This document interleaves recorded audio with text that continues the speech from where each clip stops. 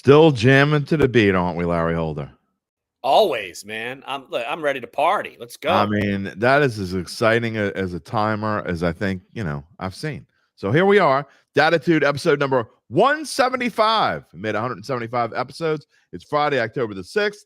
It's Saints Patriots. We've got all kinds of stuff to talk about. We're going to spend most of the show talking about Saints at Patriots in our preview and what we think. And we're going to touch on the NFL, especially Cowboys 49ers coming up in a little bit. Larry Holder, as he is every Friday morning during the NFL season, is here. What's going on, my friend? Look, I've already been to Gretna Fest and back. Really? I've already eaten fried Oreos, and like it's ready to go. Such are the perks when your wife is a big wig at Fox 8 and you're on the show over there and you're like doing all kinds of special stuff, Oh, man. I just had to walk too far. Like they didn't give me like, hey, just pull in and park. Like I had to walk like 3 blocks. Well, from what I understand, tomorrow and Sunday are going to be the days to go because the weather's going to be like, we haven't felt in 6 months. Well, it feels great right now, actually. And right. Here's the sad thing. I would want to see Trombone Shorty the most, as my affection for Trombone Shorty. And yet he doesn't play until tonight at 10 o'clock. Like I'm going to be way asleep because I'm old now. You're going to be asleep at 10 o'clock on a Friday night? The week's over, man. The battery's drained. I got to rest until Sunday. You're not going to be watching me on VSN calling St. Charles and Abbeville tonight? I mean, if you give me some more fried Oreos, maybe I will. Maybe they'll have to lace them with some coffee. Let's talk about the Saints and the Patriots. Look, both of these teams have major issues right now. The Saints started off great. Well, great comparatively to now, 2-0. They've dropped 2 in a row. We were both wrong last week. We thought they would bounce back in a big way against a team that's, frankly, I don't need to see a game. I know the Saints are better than the Buccaneers. That just because they lost 26-9 doesn't mean they're not. You could say the score is whatever it is, but look, this Saints team is underperforming, Larry Holder. I don't know if it's coaching staff. I don't know if it's Derek Carr coming back too soon, which was dumb. We'll talk about that in a little bit, but what is it? What is it? Just a combination of a whole plethora of things? It has to be. I think even you saw toward the end of the game, just energy level, particularly someone like Chris Olave kind of mailing it in, right? Which I wouldn't expect to see that from him. So I feel like it's not just one thing. Like people ask, I'm sure people ask you, people ask me, what is it? Is it Derek Carr? Exactly. Is it Pete Carmichael? Is it this, that, and the other? It's all of it. It really is all of it. Like the run game, you can't run the ball effectively. Like Alvin Kamara, he had 20 touches or so, 25 touches. And what was less it? Than that, I think. He had 13 catches. 13 receptions for 33 yards. One of those receptions was for 10 yards. 10, that's right. So he had 12 of those receptions went for 23 yards. That's pathetic. I'll just put it to you this way. Derek Carr, 5.5 yards per completion. That is the worst rate of any quarterback in any game since 2021. Wow. So that is bad. Bad. Well, what's even worse is through the third quarter, and this, it was so bad, it stuck, it jumped out and stuck in my mind, and I have not been able to forget it. I think maybe that's why I was sick Monday and Tuesday. I don't know. But after 3 quarters of football, 16 completions, 78 yards. That's unheard of. That tells me the dude, they went into the game. Here's what I don't understand about this coaching staff, and here's why I have so many problems with this coaching staff going in. That your quarterback, they obviously knew that he wasn't going to be able to throw the deep ball. He tried once to Olave, wide open, should have been an easy touchdown, couldn't even come close to him. They knew this was going to happen. Why would you start him? You have to throw little short dump-offs like a la Bobby Hebert back in the day in Jim Mora's offense, Carl Smith's offense. I don't understand. They knew this was going to happen. Why would you even think about using him there? I totally agree with you. And obviously Tampa knew because they dared him to do it. Exactly. And they couldn't do it. And so they were able to key in on anything short, and they knew it exactly to the T. And here's also the thing, though.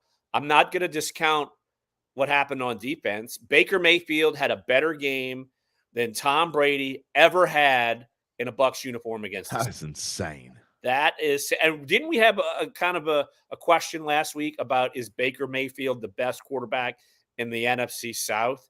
If you look at it right now, there's no question he is. Like, that's, and we're a quarter of the way through the season. Yeah, and that's so not at some point you and me would have certainly said. And I do league-wide look at quarterbacks every week. I really monitor that and dive hard into that topic. And right now, Baker Mayfield, in some of these advanced metrics that I use, he is a top 7 quarterback right now in the NFL. That ain't gonna last. Look, as Dennis Henderson. That's why I said right now. We're going to show this comment in just a minute, as Dennis Henderson just did, and I'm going to show the comment in just a moment. You are free. We would love to have your comments. We had a ton of them last week. We had comments from Australia, Abu Dhabi, and Araby last week here on the show. So all foreign lands. We dare you to try to do that again. If you're watching on Facebook or YouTube, just type a comment into the stream. It will show up here. We'll show it on the screen. Dennis, these are the comments that I normally would balk at and roll my eyes at. But you know what? I 100% agree with Dennis Henderson. This coaching staff must really hate Jameis Winston to not you. Why would you not play you have a $7 million backup quarterback?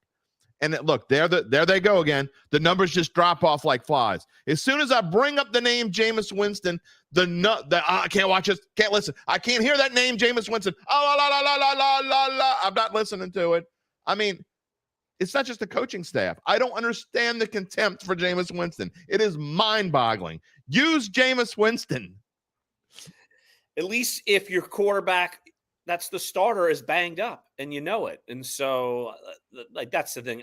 I'm with you. You and me. It's funny. As soon as you texted me, probably 2 hours later after we finished this last week, and you were saying how Derek Carr was taking snaps. I almost thought maybe they were just doing that just as gamesmanship. I did too. and it was a ploy.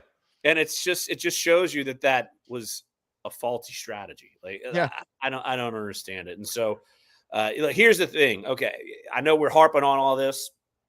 At least the team you're playing this week has bigger quarterback issues. Yes, they do. Like, Derek Carr is healthy. He's going to be your starter. And New England, they don't know what they're going to be right. doing right now with Mac Jones and Bailey Zappi, because it's going nowhere fast with New England. Bill Belichick, the shine on him is certainly being a little tarnished. And they what they did in New England is they tried everything to kind of make the offense cater to Mac Jones, and it still is not working. Like, I don't blame Bill O'Brien. Like, I think it's just they need something new at quarterback, because I'm rambling on about the Patriots in the future, but if they draft a quarterback, I think Bill O'Brien could actually be a good coach for that quarterback. It's just not Mac Jones. He's just not going to cut it there. And so this is a prime opportunity for a Saints offense that's been sluggish. New England's defense obviously gave up a ton of points last week. This is a prime spot for the Saints to kind of rebound. Maybe Derek Carr's a little healthier, rebound, and get this thing rolling. All right. I've got my I'm not going to say I'm not going to be negative again in this show, because I probably will be. Yeah, right. But I've got it mostly out of my system. If you want to hear me go off, then listen to episode 174 from yesterday, because I went off yesterday in my monologue. Uncle Big Nick was on the regular. Wherever you get your podcast, search for Dattitude. It wasn't a live version. It's not video. It's my regular podcast. Comes out on Thursday, and I wasn't able to do a podcast Monday. So I let it all out yesterday. It was apparently a 24-minute diatribe. There you go. So, but with that being said, the positive for the Saints this week, because there are positives. The positive is, and Larry just touched on it, the Patriots might be in a worse boat than the Saints. And I'm not just talking about it for the future, because Mac Jones, for the future, they're definitely in a way worse boat. I don't know where this Patriots team goes from here.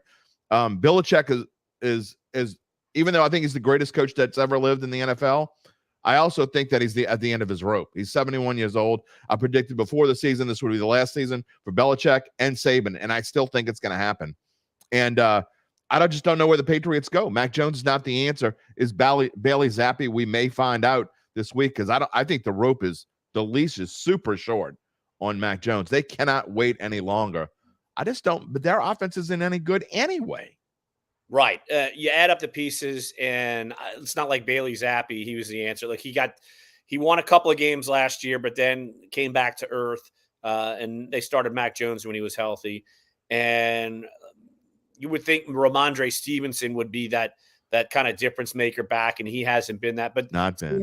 Teams can slow that down. Well, their offensive line has been banged up too. They have some names that should be better than what they're doing right now. And then you look at them look, we're talking all offense, but defensively, their secondary is decimated. They lost Matthew Judon. They're one of the best pass rushers in the NFL. He's out, and he could be out for the year. Christian Gonzalez could be out for the year. They had to trade for J.C. Jackson from the Chargers, a guy who they had, and he played very well with them. But the Chargers misused him, and then he got hurt.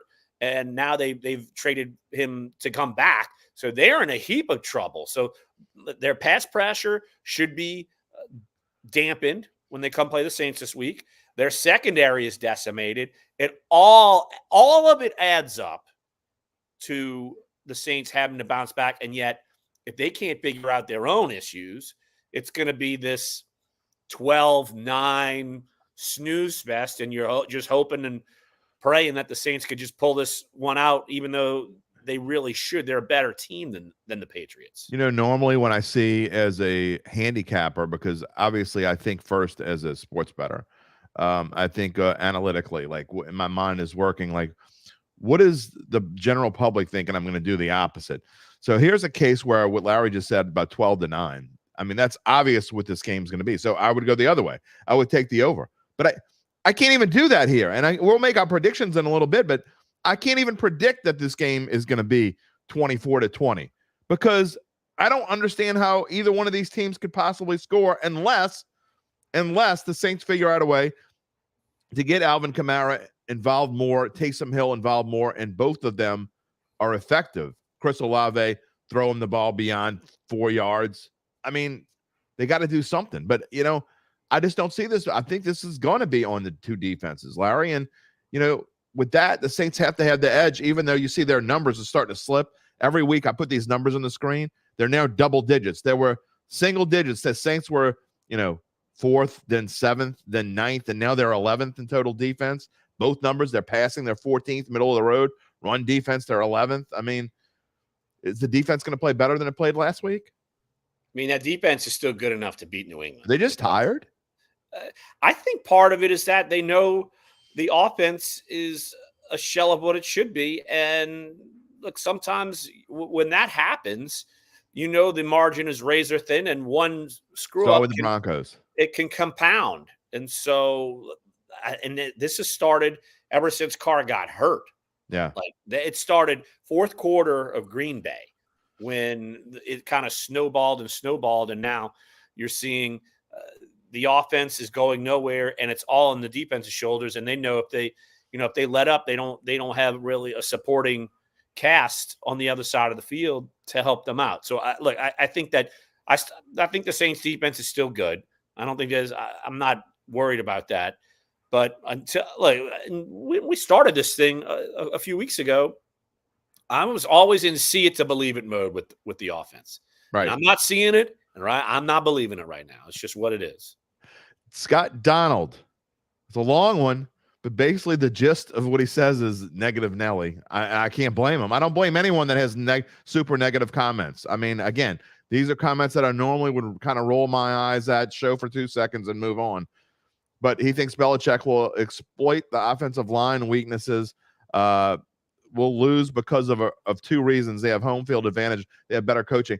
This comment is kind of shows the ups and downs of a fan, right? And I'm not being funny here. I mean, the emotions of any team, NFL team's fans throughout a season. Imagine if you were a New York Jets fan. And, you start off the season, you couldn't have any better feeling going into a football season than the Jets have had because they've been so bad. They just been awful. I mean, they haven't even been to the playoffs, I don't think, since Mark Sanchez was there. Right. And so, and they're going through, and the fourth play of the game, Aaron Rodgers is out for the season. And so now they got to deal with Zach Wilson. So what I'm saying is it could be a lot worse. You look at the Dallas Cowboys even. They were the best team in the NFL after 2 games of the year. They go to Arizona and lose to a terrible, I don't care what anybody says. They're not playing that bad. They're playing bad. They're not good. Arizona's not a good football team. They're not terrible. They're not good. They're not terrible. We'll see this week. My best bet of the week is Cincinnati, by the way. Whoa. Okay. But beyond that, though, what I'm saying is the Cowboys fans probably are like, oh, my God, we lost to the Cardinals. We really do stink. Dak Prescott stinks. And then they come back and blow. So what I'm saying is if you're a Saints fan or if you're a fan of any team, and I'm guilty of it too, you can't get caught up on 1 or 2 games. But what we've seen from this coaching staff on offense especially, and look, Pete Carmichael, I really think his biggest problem is that he tries to outsmart himself sometimes. Probably goes back and says, I wish I didn't do this. I wish I didn't do that. But last week, I think he just didn't have a clue. I don't think they knew what to do with Derek Carr. Again, I go back to why wouldn't you use Jameis Winston? Because I think they didn't know what to do. Larry, tell me if you think I'm wrong. I thought the offensive line played its best game of the year. Yeah, the offensive line was not the issue last week. It just wasn't. And it was the fact that you couldn't get anything past 5.5 yards per average per completion. I mean, that's, like I said, that's terrible. Like worst in the entire 2022 and 2023 season. Like the worst rate of any starting quarterback to start a game. Yeah. So you're not going to win a game doing that, period. And it's something that you don't gloss over it when you start off 2-0. You think, okay, this thing's going to kind of get on track. And then you lose 2. The offense is not much. The offense got better for 1 half of football against Green Bay. And one of those touchdowns was not on an offensive drive. So you've seen 1 half of good offensive football overall, like period. It hasn't been consistently good. That period, it was consistently good, and then Derek Carr gets hurt. When you go 4 games without scoring more than 20 points, you got a major problem. Dennis is back with another comment that I really like because I'm glad he said this because it was something that I wanted to bring up earlier and forgot. Any concern, and I mean any quarterback. This is what I was thinking about this morning. This was going to be one of my topics, and I completely forgot in the rush of getting everything together this morning. Can any quarterback look good with this coaching staff? And let's go back to when they were looking for a quarterback who was going to replace Drew Brees. So even before Derek Carr, if you think about who they could have got then, and you can go any of the last 3 years. Pick any quarterback that's been available that the Saints realistically could have brought in here. Is there any so if you hate Derek Carr, if you hate Jameis Winston, it doesn't make a difference. If you hate any of these guys, you don't like them. They don't fit the system. You don't think they're good quarterbacks. They're overpaid. Whatever it is there any quarterback out there that would look good with this coaching staff? Let me go through some of the quarterbacks who were available. Russell Wilson, no. But I don't trust Russell Wilson in general. So no. I don't think it would work anyway. Matt Stafford, no. I don't think but because at this point, I don't really trust. He's still throwing the ball all over the yard, but his passer rating's below 80 right now. So no. Lamar Jackson, if you catered it right, I feel like he can at least move. But he would have financially just killed this team. Sure. Deshaun Watson. Do you think he would have been successful in this offense? Not with his troubles. I think that maybe by now, possibly, but he went through so many issues. I don't know that the Saints could have lived through all that. Well, I agree, but they were in the hunt. Like if the deal would have been right, I don't think anything would be better now. So to answer your question, no, I don't think things would be better right now. Any quarterback that was available, realistically available, or you could have drafted. I don't think that would. You want to say Brock Purdy? Brock Purdy, maybe? Yeah, maybe. But I don't know. I don't know. You don't exactly have the It same wouldn't have made any difference last year, really, though. And would he have gotten a real chance? Probably. He probably would have got a shot with all the problems the Saints have had and injuries the Saints have had. He probably would have got a shot here. Here's the thing. I just think that if the quarterbacks were available, I mean, there's a reason why they're available. Like Lamar Jackson really wasn't available. Right. He wasn't going anywhere. Right. Correct. But all of these quarterbacks, you don't make a great, like, okay, Aaron Rodgers, like he was technically available. Yeah, but he would have never come here. Right. Exactly. So here's the thing. The pool where you are now, like you would have had no chance of getting any of the top 12 quarterbacks in the NFL. Yeah. And Derek Carr is basically the best option that you had. Zero question. For a roster construction that you have. Like you have enough pieces to the puzzle that you can win this division.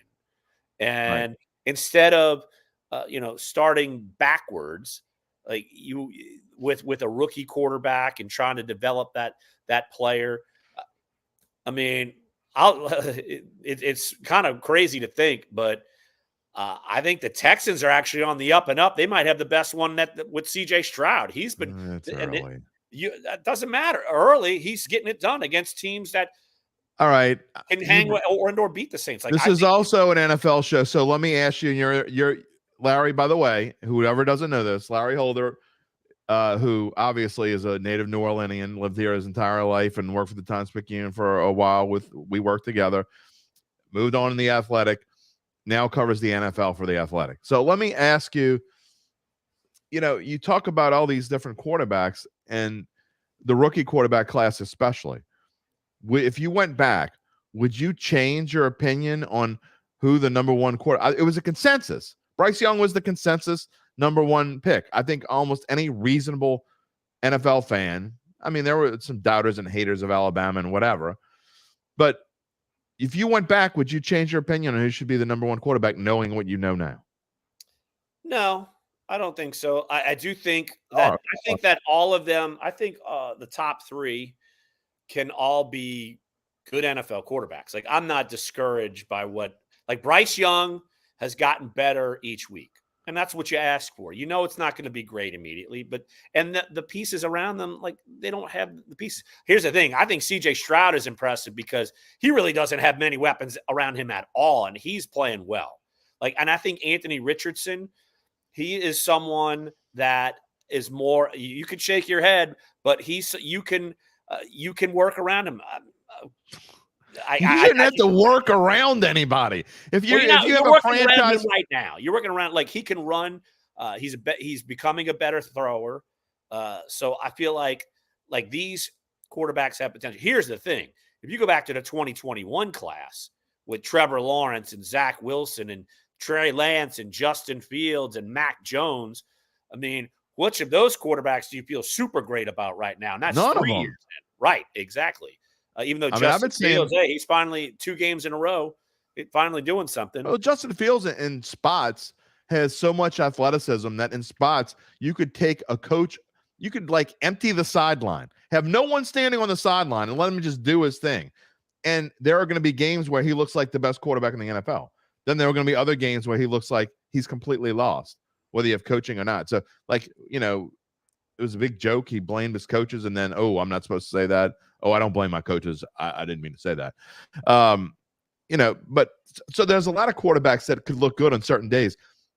I'm talking about if you're going for a franchise, and maybe I joke about Ohio State quarterbacks. CJ Stroud could be good. My point is we can't tell anything by 4 games. Okay. That's my point. I mean, if you were a general manager and you were the Panthers GM and you make this trade and you go back and you say, you know what, I'm going to change my opinion. I have the capability. I could pluck CJ Stroud from the Texans if I want to right now. You should be fired. You should be fired if you change your opinion after 4 games. That's just my opinion. Yeah, I'm not changing my opinion. Look, I do think though that all 3 of those quarterbacks can be successful in the NFL. That's the thing. And it's I'm curious to see if you get more pieces around Stroud in the future, and he becomes better. I just think the coaching fit there is good too. Yeah. Like I think D'Amico Ryans, it could. I agree with you wholeheartedly. So I think that could change the culture there. You want to talk about the coaching class of 2023? Forget about the draft. I think D'Amico Ryans is going to be the reason why the Texans win football games. I'm nothing against CJ Stroud. I certainly think he can be a legitimate NFL quarterback. And I said that in the beginning of the year. I don't think he's going to be better than Bryce Young. But I think the reason why the Texans are going to be better, and we see it here in New Orleans. I mean, you could say whatever you want. Look, I'm with the fans. I'm not usually with the fans, but I'm with the fans today. Sean Payton and Drew Brees built a winning culture. Super Bowl, NFC Championship game, 12 wins this season. Fans expect more. Playmakers are there. I don't disagree. They're there on both sides of the football. Dennis Henderson back again. I don't really think this staff is capable until Allen changes his coaching staff. He's not gonna. You know what though? Here's the problem that I don't think that Dennis Allen doesn't understand. His ass is on the line too. You don't do something different, and it could be anybody else's fault. It doesn't make a difference whose fault it is. You're the one that's going to lose your job, pal, and everybody else is going to follow with you. Barry, if Carr was sore last week and should have been rested but played, how can he not be sore this week? That's a great question. He's going to be sore. Larry, we talked about it after the game was over. Dennis Allen he said that there was swelling in the arm. It's the reason why Jameis Winston went in for that last snap and threw a pick, by the way. Went in for the last snap because Derek Carr was hurt. You didn't know until the last offensive play of the game that your quarterback's arm, who has a sprained AC joint, who couldn't hit the broadside of a barn with a beach ball, you didn't know that he was going to be sore or hurt? I mean, is he going to be better this week? Does that heal in a week? I think part of it is that they were wanting to trust what the quarterback was telling them. I'm sure he's pushing to play in the same sense that Drew Brees pushed himself to play when he was banged up throughout his career, and they still won football games and this, that, and the other. And so they felt like maybe he could do it. Like, I'm just trying to rationalize this. Now, here's the thing. Like, everybody knows the offense is stale. Dennis Allen is not. I would not expect him to be fired after this year. So there's a fall. I don't either. There's a fall guy, and it's going to be Pete Carmichael. And they need look at all the younger offensive coordinators kind of in the league. Like, you need something fresh. Like, I feel like this is not fresh anymore, and I think the Saints need something fresh, some fresh ideas outside of the building. You've had the same sort of, I know they learn, you always adapt and learn throughout the way, but you need something fresh. I mean, like, how many people heard of Ben Johnson before he went to the Lions? Like, those who were really, really, really in the know, how many people knew that? So like, Jane Steichen. Exactly. All these coaches, like, they're not household names. And so now they're getting chances to either be coordinators and then elevated to coaches. So you need some fresh ideas, really. And I think that's the next step. Like, and it's not going to happen during the season. Like, that would be too chaotic for a team where you have a lot of veterans and you have a chance. You're still one game back in the division. Yeah. Your schedule's favorable still. Like, you 100%. Can still go out and win football games and figure it out. But no matter what they do this year, I think you're going to need a fresh start next year. Here's the thing where I won't agree with fans. I mean, I can't agree with fans 100%. I just can't. It's not in my nature. I actually think Dennis Allen, all this bashing that I've done, I think Dennis Allen actually has it in him to be a good coach. He just needs to be surrounded by it. I mean, this organization, this franchise is so loyal to a fault. I go back to what you said about a minute and a half ago. Dennis Allen's not going to be fired after the season, unless the only way he's going to get fired is if they go like 6-11 or worse. And they're not going to go 6-11 or worse with this schedule. I would be floored if this team goes 6-11 or worse with this schedule. There's a reason why Vegas set their over-under win total at 9.5 before the season. Even as bad as they were last year. It's not that a whole bunch changed. They got a new quarterback. New quarterback you can't put lipstick on a pig. Okay. So there's a reason why Vegas, who knows what they're talking about, put it at 9.5. This team I think the floor for this team is 7-10. Realistically, I think it's more like 8-9. Okay. So those of you who want Dennis Allen to get fired after the season or during the season. It's definitely not happening during the season. Okay. So will he make changes? Will he not be stubborn? But, Poppy's right. And I said it yesterday. He's not going to get another coaching gig. If he doesn't succeed here and he can't make this team a winner and they don't go to the playoffs and they don't get back to some semblance of what they used to be, he's never going to get another coaching job. I think he's smart enough to know he needs to make changes, and he's not going to have to be forced to make changes. I agree. Remember back like 2016, Sean Payton had to make changes and fire some of his best friends in coaching because they forced him to make the changes. Like, Joe Vitt wasn't this – he's not game planning and all, but they had to fire him. Like, they had to make changes throughout the staff. Otherwise, Sean Payton was going to be the fall guy. And so, that's the way it goes. Especially with this organization. So there's no doubt changes will have to happen. And maybe someone like Ronald Curry elevates and he gets to put his stamp on it and maybe they give him a shot. But that's not happening now. Like, that will not happen now. That would happen next year. But I also think they need to be smart and look outside the building. And it's you don't think there's any chance that, and look, I don't necessarily think Ronald Curry is going to be the answer. We've seen him and he may or may not be, but I think at some point, if you keep scoring 20 points or fewer, you keep stinking up the joint with a $40 million quarterback that you spent in the offseason, who's here for 3 more years. Wouldn't you think at some point you would try it and see? I think you're going to during a season. I mean, during the season. I don't think that's the way they would operate. No, I just don't see it. This is not. Here's you know why. Right, the last time the Saints, and it's really the only time I can recall under, say, Peyton, they switched coordinators was when they fired Rob Ryan, but you already had Dennis Allen in house. You knew he was going to be the next guy. Like, you brought him in there. Basically, Rob Ryan knew already the writing was on the wall. Like, we all knew after that Texans game with the bye week coming. We made jokes about it, but we all knew Rob Ryan was. It was a Washington game, but yeah, it was. Oh, Washington, okay. Yeah, but yeah, I mean, like I feel like I brought this up on the podcast before. I mean, in the locker room, the players knew. Like, that was my column. Like, after the game, it's over, and the players certainly they knew it.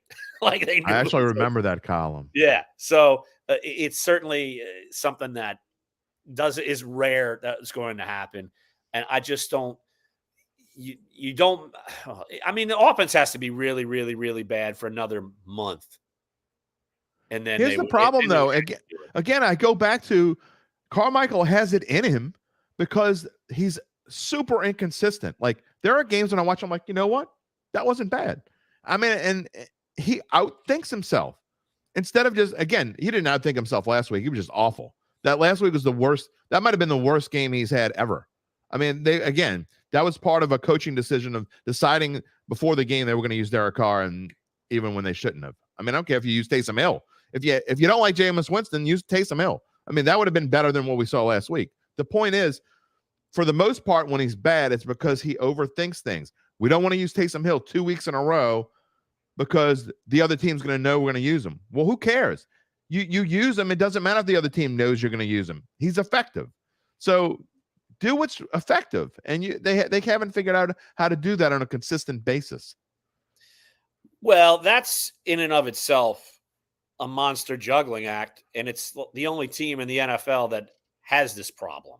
Like, if you're going to use another, well, it's a problem when it hasn't been, like, it doesn't work. Like, they're not winning with this formula. Like, they haven't won consistently because they don't do it. He only carried the ball 4 times last week. That's my point. When he carried it 9 times a few weeks ago, 9 times for 7. I'm not saying he gets 75 yards every time he gets the ball 9 times, but if he carries it 10 times, I would be willing to bet the floor is 50 yards. The problem is juggling. That is an element that an offensive coordinator for 31 other teams does not have to deal with, because they're all, like, the good offenses are good enough that they don't have to do that. Like that, if the Saints offense was good enough consistently, they wouldn't have to use this guy. Like, they have talent. They shouldn't have to. I mean, you have Alvin Kamara, you have Chris Olave, you have Michael Thomas as like a 4th fiddle. You shouldn't have to. That's kind of my point. Well, I think you're overvaluing Alvin Kamara and you're overvaluing Michael Thomas at this point in their careers. Like, maybe I am. Here's the thing. Next offseason, you could be looking there. Kamara could be gone. And absolutely. You're looking at another running back. Michael Thomas gone. Like that whole thing is going to be rebooted. Like you have to. And it's just what it is. And like I said, you're juggling things that other coordinators don't have to, because the pieces they have they're not working, and you're forced to have to use Taysom Hill. And it's maybe that doesn't fit Pete Carmichael with what he wants to do. Like, and another offensive coordinator, when they come in, do you think they're going to be like, oh man, I'm going to feel pressured that I have to use Taysom Hill? No, go away. We want the pieces to actually run a real offense. You don't have to put in a quarterback to go do all these things. But it works, Larry. When has it worked? Like, when has it worked well enough that the Saints have played winning football? When's the last time they've been to the playoffs? They've had Taysom Hill the entire time. But they used it when Sean Payton was here, and it worked when Sean Payton was here. That's 3 years ago, when you had pieces that were younger, offensive line that was better. Like, it's that the pieces have fallen off. Like, when they used Taysom Hill the most this year against Carolina, that was the most they've used him this year. That was by far the best game this team has played as a whole. They won, and you can blame it on the Carolina stinking to high heaven or whatever you want to blame it on. But the fact is that the Saints played their best game of the year, and Taysom Hill touched the ball. He had 9 carries for 75 yards. He was used more in that game than he's been used the last 2 games combined. So we can sit here and debate whether Taysom Hill is effective and 31 of the teams don't have the problem. It's not a problem. You just don't know how to do it because other offensive coordinators don't know how to do it. You've watched Sean Payton do it for 6, 7, 8 years, however long Taysom's been in the league now. It was successful when Sean Payton was here. I know that Pete Carmichael is not Sean Payton. I understand that. But, I mean, look, go through your little clipboard that you used under Sean Payton. Somewhere in there, quit outsmarting yourself. Just use the damn plays that worked before. Do you know why it also helped when Sean Payton was here? The offensive line was better. Hill? They had Drew Brees, like a viable quarterback. Like, come on. I don't like people. Taysom Hill is not the answer. On Drew Brees being gone. I'm not blaming it all on him. I'm not saying you. I'm blaming it on wear and tear. Like, we're talking, like they still didn't make the playoffs when Sean Payton's last year, and they had like that playoffs. But they went 9-8 with a team that was decimated, that had 4 different quarterbacks start, and that team still went 9-8. I mean, the fact that team went 9-8 is incredible by itself, but that shows you that this group should be able to go 9-8 because this team is so much better. I mean, like light years better than the team that was here in 2021. Incredibly better. The only part of this team that's not better than the 21 team is the offensive line. That is literally the only part that's not better. So you can't explain. I need someone to explain to me why this team can't go at least 9-8. Because they don't look like a 9-8 team right now. No, they look worse. But the fundamental Taysom Hill dilemma, the fact that you have to use him and you think you have to lean on him so much is a detriment, because that means all the other pieces are not playing as well. Like, you should not have to use this guy.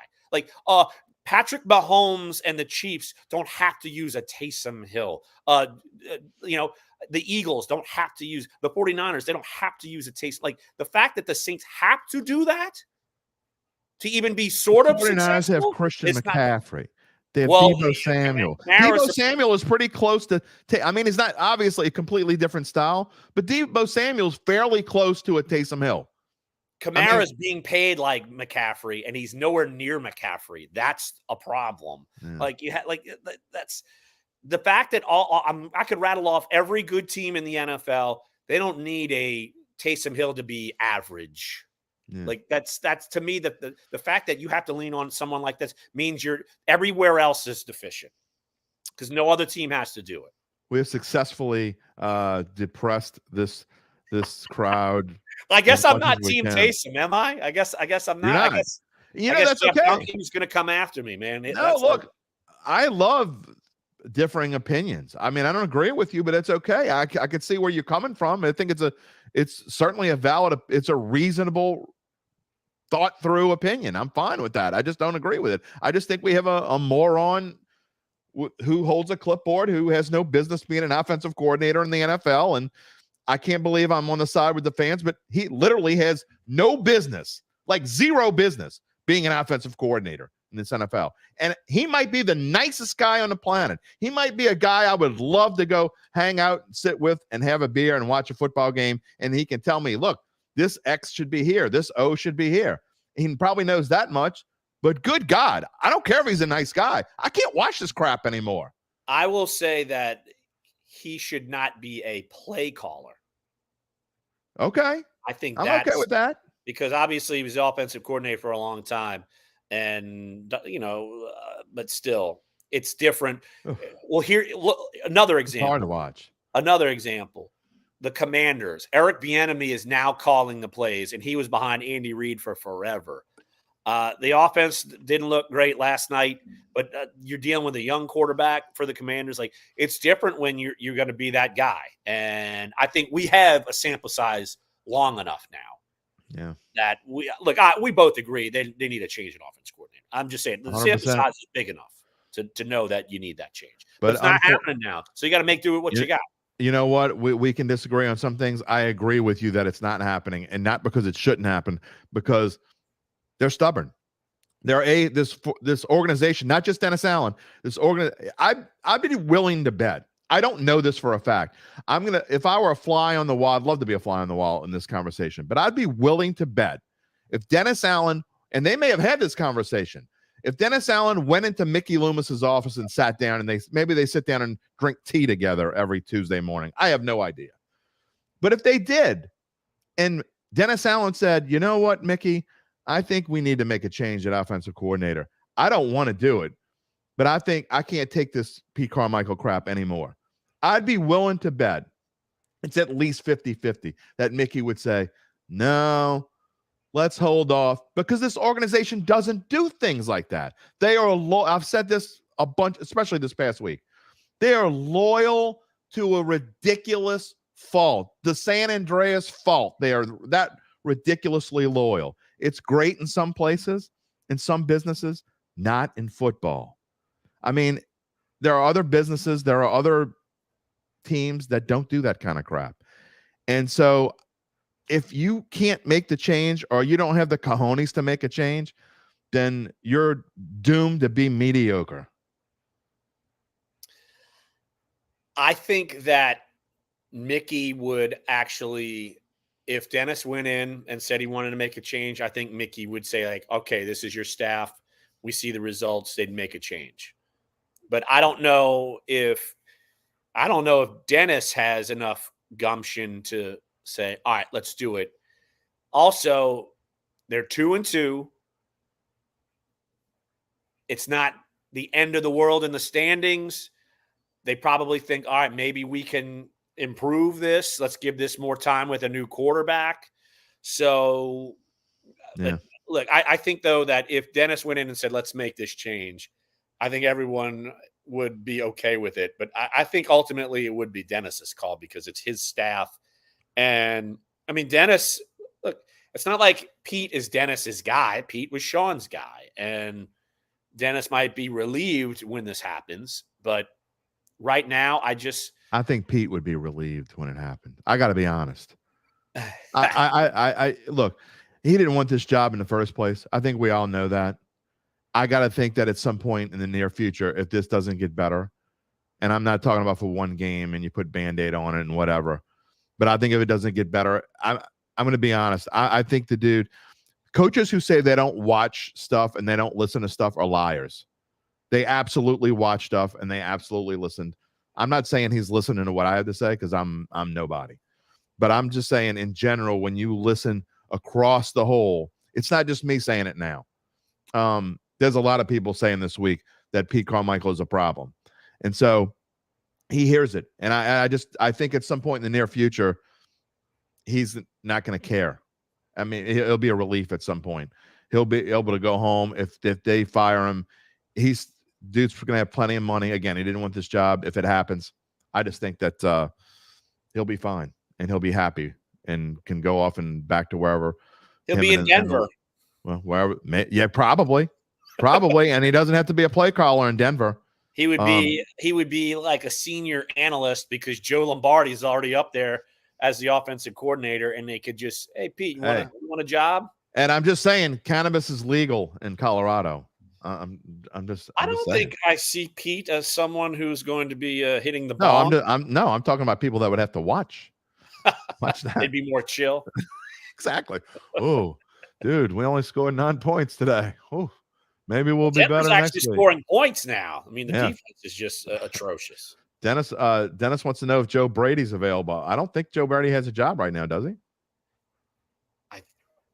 I think he might. I think he's in. Look that up. Buffalo. Oh, well, there you go. He might be. Buffalo. He might be the quarterback coach. Okay. He's coaching Josh Allen. Does Josh Allen need a quarterback's coach? I don't know. Sometimes, yes. Yeah, he did in week 1. Makes some poor decisions at times that can. All right. This show is the quarterback's coach with the Bills. I was right. There you go. All right. This show is going on a lot longer than I expected it to. Us two ranting. I know. Look, I didn't expect this to be a 46-minute rant show. I really didn't, because I thought I got the ranting out of my system yesterday, but it just kind of evolved into that. Gundam says Derek Carr doesn't fit the system Carmichael is running. I don't agree with that. Drew, that's okay. Again, we can have differing opinions. I show them whether I agree with them or not. Drew Brees was a subject master expert. That's true. And student of the Peyton and Carmichael system. Carmichael has no system. It's exactly. System, and they're trying to run that. What about Breeze for offensive coordinator? He definitely doesn't have a job right now. I mean, besides all the businesses that he owns. He plays pickleball. That's his job, I guess. Actually, he doesn't play. He just owns it. No, but I think he plays too, doesn't he? He was talking about playing. Yeah, he plays. I'm glad John McEnroe had to show him. Sorry. I'm sure you could kick his ass.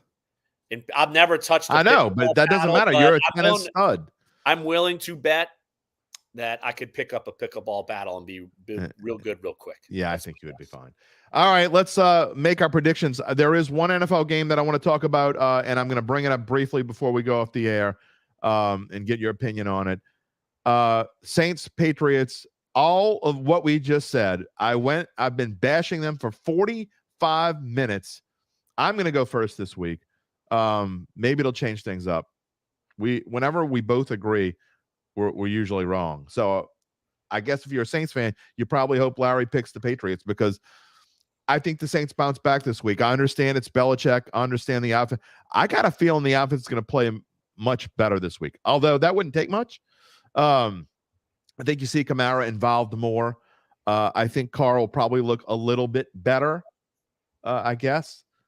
That sprained AC joint. Will accuracy get better? I have no idea. But I just think the Saints as a whole will play better. I think they will be more focused. I think the defense will play better. I think Mac Jones is a god-awful mess, and I think we see Bailey Zappi in this game. Saints win it. I can't predict a higher score than I would like. I don't think the Saints get to 21, but I think they win it somewhere along the lines of 20-13. Well, I will say they certainly tried to involve Kamara a lot last week. He had 24 touches.